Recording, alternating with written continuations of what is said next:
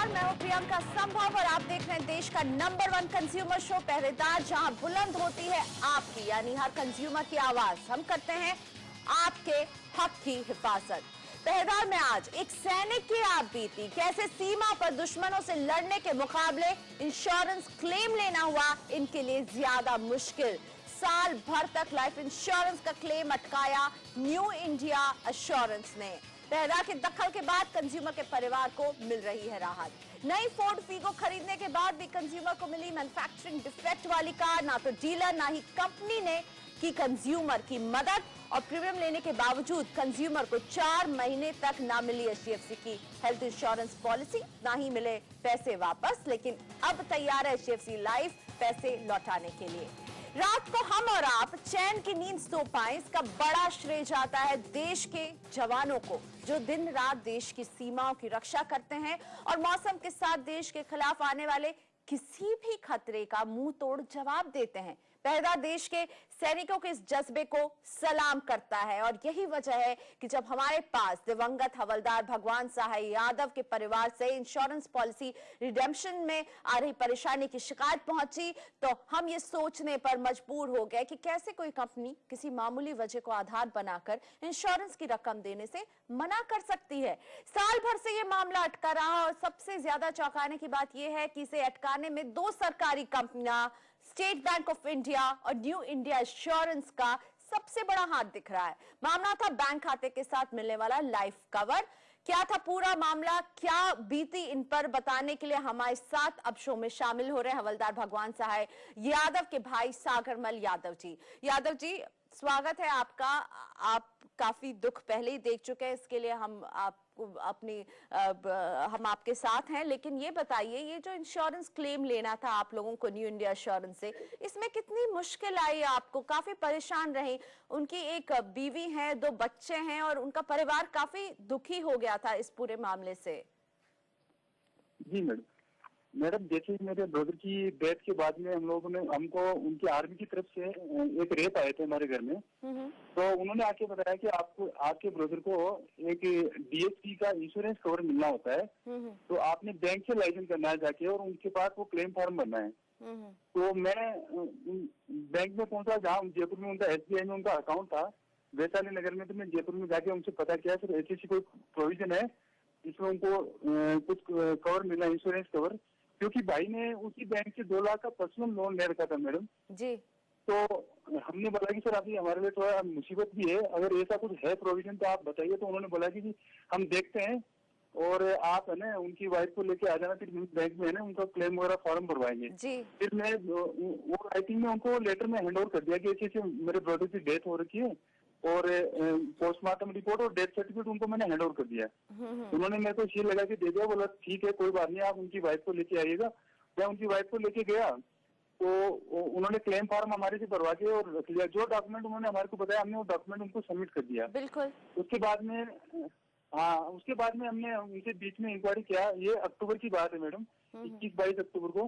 उसके बाद में नवंबर में हमने बैंक वालों से इंक्वायरी किया तो उन्होंने बोला कि अभी तो कुछ हुआ नहीं। फिर दिसंबर में फिर हम उनसे पूछते रहे कि सर हमारा कुछ हो रहा है, क्योंकि हमारे को इंश्योरेंस की उसका जो डीएसपी इसी अकाउंट पर जो लोन था उसकी किस्तें भी चुकानी होती थी 6,000 रुपये पर मंथ। तो हमने सोचा कि सर कुछ हो रहा है उसका। तो बोला कि उनकी वाइफ को आपको दोबारा लेके आना पड़ेगा और क्लेम फॉर्म दोबारा भरवाना है। ये सब पूरा मामला 1 साल तक चलता रहा, राइट? पिछले साल से ही आप कंपनी को फॉलो अप कर रहे हैं, राइट? हाँ जी। फिर उसके बाद में मैडम उन्होंने सबमिट कर दिया न्यू इंडिया एश्योरेंस कंपनी को, क्लेम सबमिट कर दिया दिसंबर में। हाँ। तो उनकी तरफ से न्यू इंडिया एश्योरेंस कंपनी की तरफ से एक लेटर आया बैंक को कि आप कुछ एडिशनल डॉक्यूमेंट्स और चाहिए वो सबमिट करो। वो लेटर एक्चुअली में न्यू इंडिया एश्योरेंस कंपनी ने वो 26 दिसंबर का लेटर साइन किया हुआ था, लेकिन हमारे को वो 22 फरवरी को मिला। उसका हमारे पास सबूत भी, हमने वो पोस्ट रखा है संभाल के। तो हम बैंक में फिर गए, क्योंकि वो बैंक को एड्रेस किया था और उनकी वाइफ को उनकी कॉपी दे दिया था। तो क्या कहा उन्होंने कि देरी हो गई आपसे? हाँ जी, नहीं, उन्होंने वो लेटर हमारे को मिला 22 फरवरी को मिला। उधर 26 दिसंबर का उनका साइन किया हुआ है इंश्योरेंस कंपनी का। वो एक ऑर्डिनरी लेटर था। तो उन्होंने हमारे को 22 फरवरी को हमारे को मिला और हमने फिर बैंक से लाइसेंस किया कि सर ऐसे हमारे पास लेटर आया, कुछ हमारे वो डॉक्यूमेंट जाने हैं। तो उन्होंने बोला कि ठीक है वो लेटर आप हैंड ओवर कर दो, तो हमने वो डॉक्यूमेंट बैंक को हैंड ओवर कर दिए। उसके बाद में बैंक ने वो लेटर वहाँ से अप्रैल में उनको insurance new India insurance company को डॉक्यूमेंट सबमिट कर दिए। इन द मीन टाइम उधर से न्यू इंडिया इंश्योरेंस कंपनी का तब तक उनका करस्पॉन्डेंस बैंक के बीच में चल रहा था, और लास्ट में उन्होंने लेटर लिख दिया उनकी वाइफ को भी कि आपका जो केस था वो 6 महीने से ज्यादा टाइम हो गया, तो आपका एक केस हम क्लोज कर रहे हैं, आपकी फाइल क्लोज कर रहे हैं। बिल्कुल, यानी जो डॉक्यूमेंट्स मांगा वो आप देते रहे। एक तो उन्होंने जो है डेट्स भी है 26 दिसंबर को वो लिखते हैं एसबीआई को, एसबीआई आपके पास 22 फरवरी को अगर लेटर भेज रहा है, इसमें आपकी कहाँ गलती है? कहीं ना कहीं एक नॉन सीरियस एटीट्यूड नजर आ रहा है। एक परिवार है, शोक से गुजर रहा है, आप कम से कम ये तो कीजिए कि जिस मकसद से ये इंश्योरेंस कवर उन्हें मिला है, वो जब उसकी जरूरत है तभी वो पूरी नहीं हो पा रही थी। लेकिन सागरमल जी, आप काफी समय तक परेशान रहे, पिछले साल से मामला खींचा चल रहा है, इस साल जब पहरेदार ने आपका मामला उठाया तो आपकी परेशानी अब जाकर दूर हुई है? जी मैडम, अभी हम पहरेदार की बहुत शुक्रगुजार है मैडम, मैं और मेरा पूरा परिवार पहरेदार के शुक्रगुजार है मैडम। आप लोगों ने हमारे को मतलब इतना हेल्प किया और एक गरीब की आवाज सुनी। एक्चुअली में वो विडो अभी क्या कर सकती थी, उसको मंथली 6000 पे भी करना पड़ रहा था। तो हम आपके बहुत शुक्रगुजार है मैडम कि आप लोगों ने हमारी आवाज सुनी और ये हमारे को अपना एक न्याय दिलाया, एक वीडियो का आपने एक जस्टिस दिलाया। अदरवाइज हम लोग निराश हो चुके थे लास्ट में कि हमको मिलना कुछ नहीं है, क्योंकि फाइल क्लोज करने के बाद में हमने कई करस्पॉन्डेंस भी किया। फाइल क्लोज हो गई, लेकिन ये सोचिए कि एक विधवा अपने 2 बच्चों के साथ परेशान रही, लेकिन ना इंश्योरेंस कंपनी ने एक बार सोचा, ना बैंक ने कोई मदद की। पहरेदार सामने आया, हवलदार यादव जी के परिवार को मदद पहुंचाई हमने। हम आपको यहाँ बताना चाहेंगे कि हमने ये शिकायत न्यू इंडिया इंश्योरेंस के आला अधिकारी को भेजी, जाना चाह कि इस केस में कंपनी क्या करने जा रही है। वो कंपनी जो अब तक सो रही थी जाग गई। पहरेदार के पहल के बाद कंपनी ने इस पूरे मामले को बहुत गंभीरता से लिया और सुलझाने में जुट गई। पहरेदार का ईमेल मिलने के 1 हफ्ते के अंदर न्यू इंडिया इंश्योरेंस ने मामला सुलझा दिया। इंश्योरेंस की रकम बेनिफिशियरी यानी दिवंगत हवलदार भगवान साहब यादव की पत्नी के अकाउंट में ट्रांसफर भी कर दिया है। न्यू इंडिया इंश्योरेंस ने पहरेदार को इस बात की जानकारी भी दी है। हम अप्रिशिएट करते हैं कि न्यू इंडिया इंश्योरेंस ने पहरेदार की बात सुनी और इस परेशान कंज्यूमर की मदद की, लेकिन हमें बार बार ये बात जरूर खटक रही है कि पहले क्यों इन्हें घुमाते रहे, क्यों एक पहरेदार जैसे प्लेटफॉर्म में जब हवलदार यादव के भाई आवाज बुलंद करते हैं तब जाकर न्यू इंडिया इंश्योरेंस उनका हक उन्हें वापस देती है। इसी पर वक्त हो गया है ब्रेक का। ब्रेक के बाद फोर्ड का एक कंज्यूमर नई कार में अलाइनमेंट को लेकर काट रहा है कंपनी और इसके डीलरशिप के चक्कर, लेकिन कोई जवाब अभी तक नहीं मिल रहा है।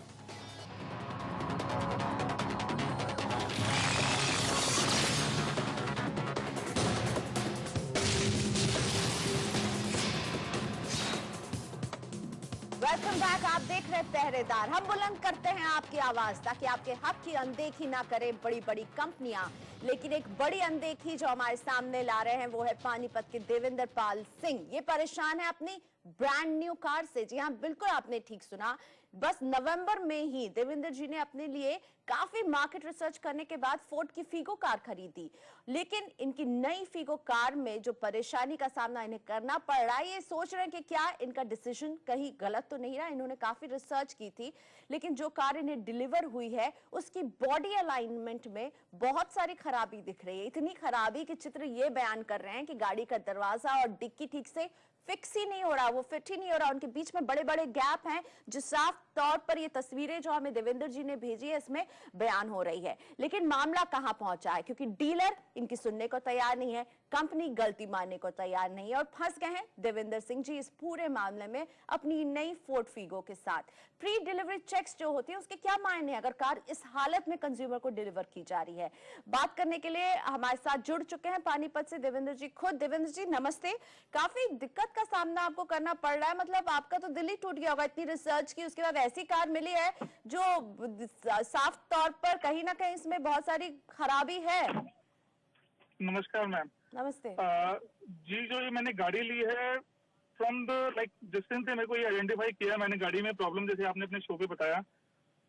हर जगह में गाड़ी में प्रॉब्लम है, इवन फैक्ट गाड़ी की डिग्गी में प्रॉब्लम है, डिग्गी प्रॉपर अलाइन नहीं की गई है, गाड़ी के बोनेट में प्रॉब्लम है, गाड़ी के जो क्वार्टर ग्लासेस हैं उसमें प्रॉब्लम है, जो सबसे जो मेजर चीज है, जो गाड़ी के 4 दरवाजे होते हैं वो प्रॉपर फिट नहीं किए गए हैं।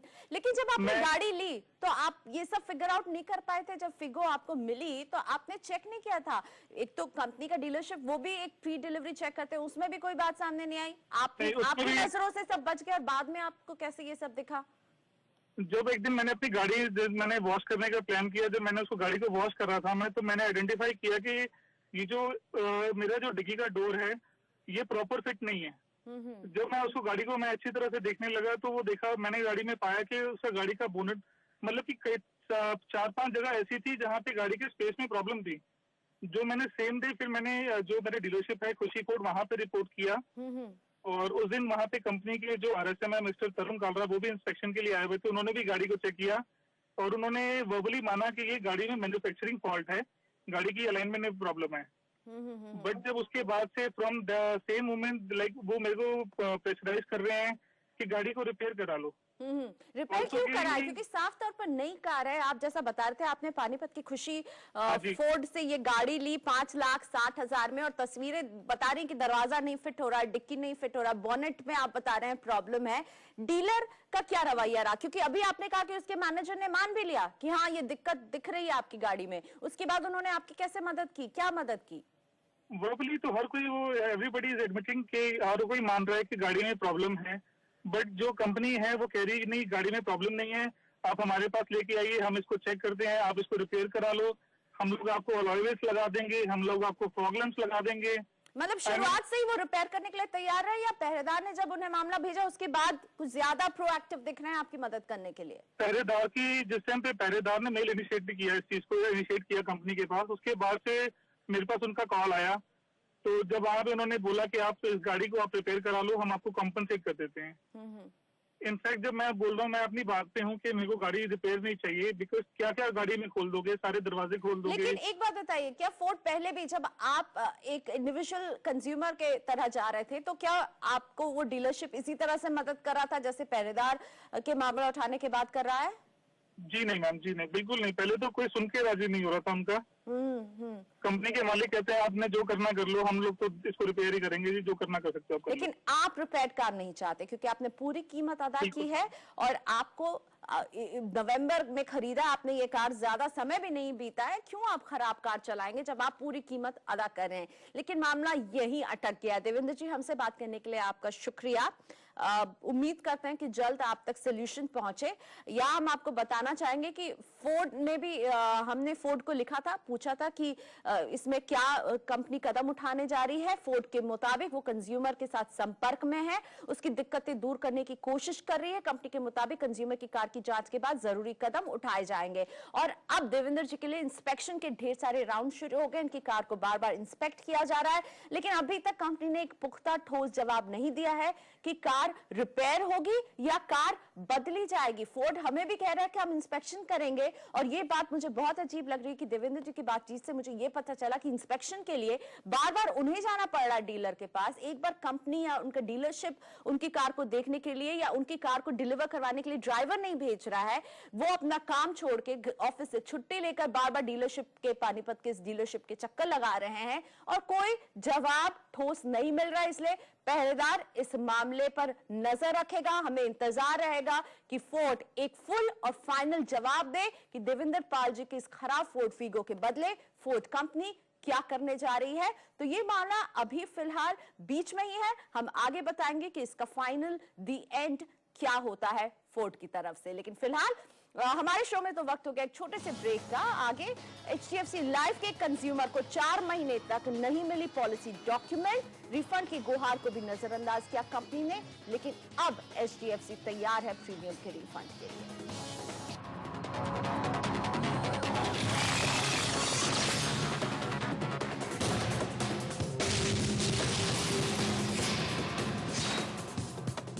आप देख रहे हैं पहरेदार, जहां हम करते हैं आपके हक की हिफाजत। हेल्थ इज वेल्थ, और इसी मंत्र को ध्यान में रखते हुए पटना के अमरनाथ झा ने अपने लिए HDFC लाइफ से हेल्थ इंश्योरेंस खरीदा था। इंश्योरेंस का प्रीमियम भी चुका दिया, लेकिन पॉलिसी डॉक्यूमेंट 4 महीने बीत जाने के बाद भी इन तक नहीं पहुंचे। ये लगातार कंपनी से बात भी करते रहे कि आखिर कहां है पॉलिसी के डॉक्यूमेंट, लेकिन डॉक्यूमेंट कभी भी इनके पास नहीं पहुंचे। एचडीएफसी के किसी भी अधिकारी ने इनके इस केस पर कोई भी कार्रवाई नहीं की। तब ये पहुंचे हमारे पास, हमने इनका मामला सुलझा लिया है। लेकिन अमरनाथ जी से सुनते हैं कि क्या बीती इन पर। अमरनाथ जी नमस्ते, स्वागत है आपका पहरेदार में। काफी आप परेशान रहे, आपने प्रीमियम की कीमत भी अदा कर दी थी, लेकिन एचडीएफसी लाइफ जो थी वो आपकी पॉलिसी को एकदम भूल बैठी थी। जी जी जी, एकदम सही है। और मैंने अपने स्तर से भी बहुत कोशिश की, 4 महीने तक मैंने लगातार कोशिश की जी। और एसडीएफसी के दोनों कार्यालय में मैं व्यक्तिगत रूप से भी गया था, क्योंकि वाइफ सब जगह नहीं जा सकती थी जी। इसलिए व्यक्तिगत रूप से मैं गया। मैं सबको रिक्वेस्ट किया, जिन्होंने पॉलिसी दिया था एजेंट, उनको भी मैंने कई बार फोन किया, बाद में उन्होंने फोन उठाना छोड़ दिया। अच्छा। मैं उसकी हेल्पलाइन पर भी फोन किए वहाँ पर एसडीएफसी को जी। बस डेली बाय डेली मेरे डिटेल्स पूछे जाते थे और कहते थे ठीक है मैं देख रहा हूँ। डेली यही तमाशा लगा रहा। जब हम पूरी तरह से हम थक गए थे तो एक दिन हम ऐसे ही बैठे हुए थे रूम में ही, ड्राइंग रूम में, तो फिर आपका सीएनबीसी आवाज को मैंने उसमें देखा। तो हम कहते अरे इतना यदि सुविधा है तो फिर हम क्यों नहीं इसको भी हम ट्राई करते हैं जी।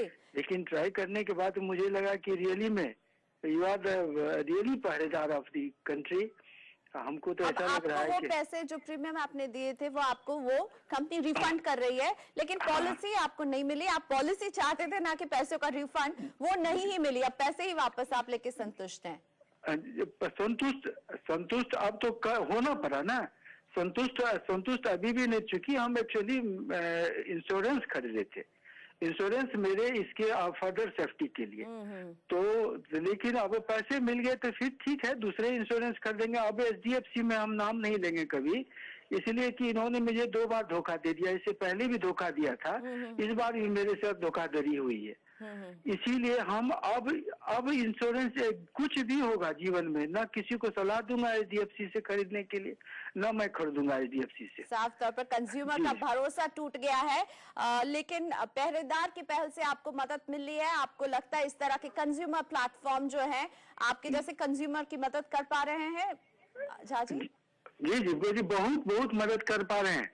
खास करके हम तो कहेंगे कि हर एक आदमी को कम से कम सीएनबीसी का एकदम पहरेदार का एक नंबर, हर नंबर नोट करके रख लेना चाहिए आदमी को। और किसी से भी पूछ करके कम से कम नहीं होगा तो आपके सिंपल मैंने ईमेल आपको फॉरवर्ड किया था और इसकी इतनी बड़ी उपलब्धि हुई कि मैं सोच भी नहीं सकता था। हम सोचते थे ठीक है बहुत बड़ा क्यूब होगा, 1000-2000 लाइन में होगा, मेरा नंबर कब आएगा कब नहीं आएगा। चलिए आपका नंबर भी आ गया, आपके पैसे भी मिल गए, आपको मुबारक हो। शुक्रिया हमसे बात करने के लिए। तो फाइनली एचडीएफसी लाइफ इंश्योरेंस ने इनके पैसे लौटा दिए हैं। पॉलिसी जो खरीदना चाहते थे अमरनाथ जी वो नहीं खरीद पाए क्योंकि वो डॉक्यूमेंट कभी इनके पास पहुंचे ही नहीं। पहरेदार ने इस केस की जानकारी एचडीएफसी लाइफ इंश्योरेंस को दी, जानना चाहा कि आखिर अमरनाथ झा जी को बेची गई हेल्थ इंश्योरेंस पॉलिसी की डॉक्यूमेंट कहां गए और पॉलिसी इशू हुई भी है या नहीं, इसका जवाब तो हमें नहीं मिला। लेकिन हाँ, पहरेदार के ईमेल के बाद कंपनी ने मामले की जांच की और हमें लिखित जवाब में बताया कि कंज्यूमर को प्रीमियम की रकम रिफंड कर रहे हैं। ये सवाल अपनी जगह बना हुआ है कि आखिर 4 महीने तक अमरनाथ झा को उनके न सवालों का जवाब मिला, न पॉलिसी डॉक्यूमेंट मिली। और जैसा कि हम अभी सुन रहे थे कि कहीं ना कहीं मिस्टर झा का भरोसा टूट गया है इस कंपनी के ऊपर से। इसी के साथ अब हम एक केस के बारे में बात करेंगे जो कि पुराना केस है। 2 हफ्ते पहले हमने मैक्स ब्यूपा से एक शिकायत जो अपने शो में दिखाई थी। पुणे के चरणपाल सिंह ने ये शिकायत भेजी थी। पहरेदार की पहल के बाद कंपनी ने मेडिक्लेम की करीब 1 लाख की रकम इन्हें वापस कर दी है जो कंपनी को देने थे। शो रिकॉर्ड होने तक हमारे पास मैक्स ब्यूपा की तरफ से लिखित जवाब नहीं मिला था, इसीलिए हम शो में से शामिल नहीं कर पाए थे। लेकिन बाद में कंपनी ने हमें जो जवाब दिया वो हम आपके सामने रखना चाहते हैं। चरणपाल सिंह के मामले में मैक्स ब्यूपा के मुताबिक क्लेम पहले इसलिए नहीं स्वीकार किया जा रहा था क्योंकि डॉक्टरी सर्टिफिकेट के मुताबिक उनकी बीमारी 4 साल पुरानी थी जो प्री एग्जिस्टिंग डिजीज में आती है। हालांकि डॉक्टर के नए प्रिस्क्रिप्शन के बाद कंपनी ने इस मामले पर पुनर्विचार विचार किया और कस्टमर को मेडिक्लेम की रकम देने का फैसला किया। कस्टमर यानी चरणपाल सिंह इस फैसले से संतुष्ट है। हमारे शो में भी आए थे और उन्होंने कहा है कि मैक्स बूपा ने उन्हें ये कीमत लौटा दी है। पहरेदार में आज हमें यही इजाजत दीजिए। अगले हफ्ते हम फिर हाजिर रहेंगे आपकी आवाज बुलंद करने के लिए, आपके हक की हिफाजत करने के लिए। आप हमें अपनी शिकायत ईमेल के जरिए भेज सकते हैं pehredaar@network18online.com पर। साथ ही में आप मुझे फॉलो कर सकते हैं ट्विटर पर भी @प्रियंका संभव पर, जहां आप अपने सुझाव, सलाह और शिकायत हमें भेज सकते हैं। पहरेदार में आज इजाजत, नमस्कार।